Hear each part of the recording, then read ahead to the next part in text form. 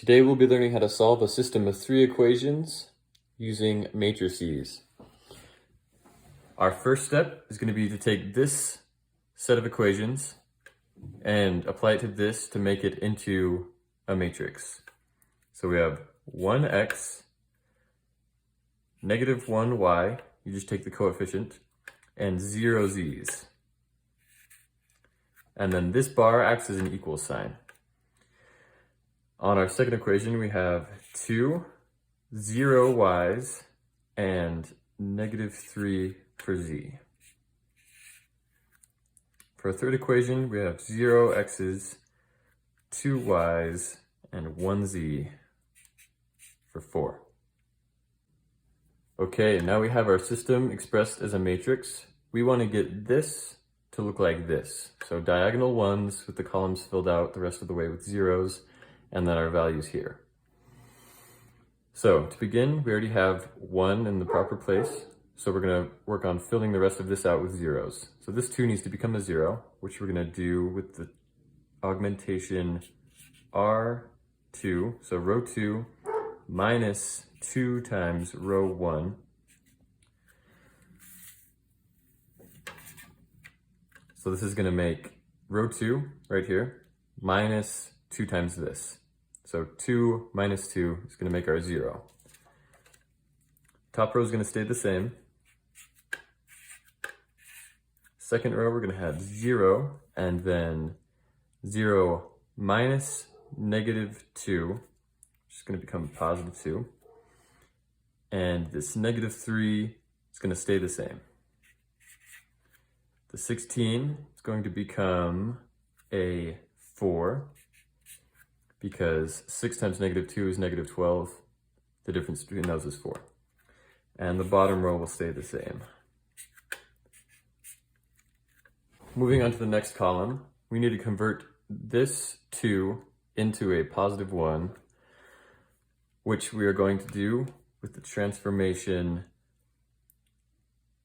1/2 R2.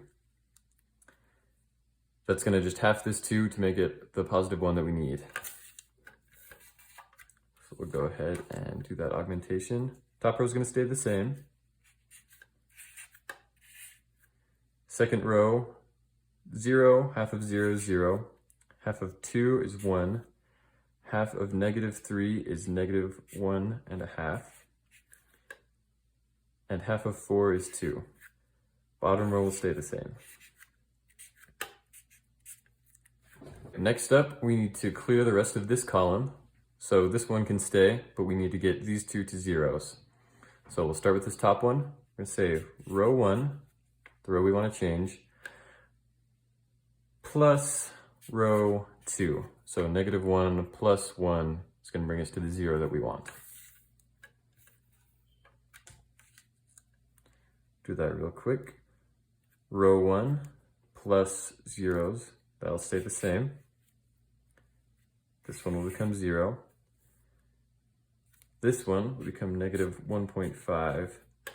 And this one will become 8. The other 2 rows will stay the same.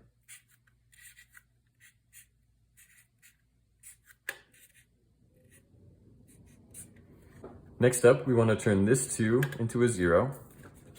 So we'll say row 3, where that 2 is, minus 2 times row 2.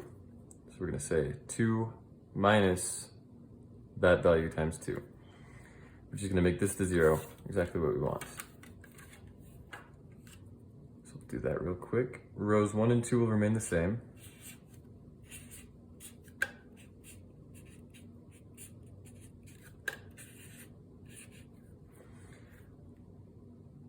This one is going to stay 0, because 0 minus 0 is still 0. This 2 is going to become a 0, as discussed. And this 1 is going to become a 4, because negative 2 times negative 1.5 is 3. 3 plus 1 is 4. And this final 4 is going to become 0. Next up, we need this 4 to become a 1. So we're going to say R3 divided by 4. Or you could write 1/4 R3. Rows 1 and 2 are going to stay the same.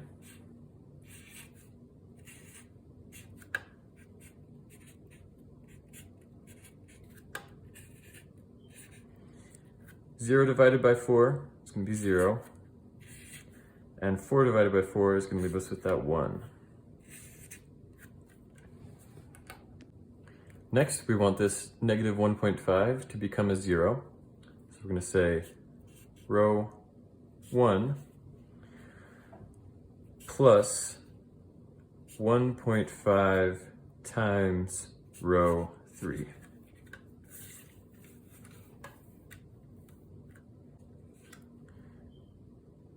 So rows 2 and 3 are going to stay the same.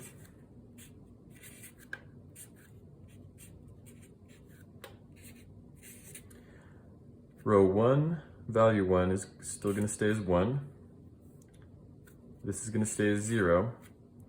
And this third, 1.5 times 1 is 1.5. That's going to make this 0.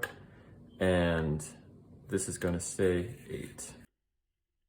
Now we're going to do that same exact thing for row 2. So row 2 plus 1.5 times row 3. Row 1 is going to be the same. Row 2, we're going to have a 0 that stays here, a 1 here, because both of these are zeros, can't affect that row 2. This negative 1.5, we're going to add 1.5 to it. It's going to become 0. The bottom row is going to stay the same.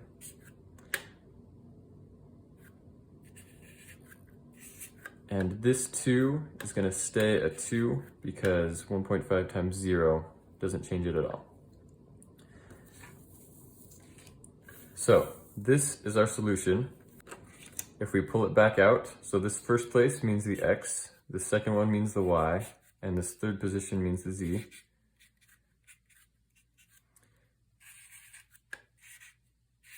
Just like that. And you can also write your solution set as x, y, z.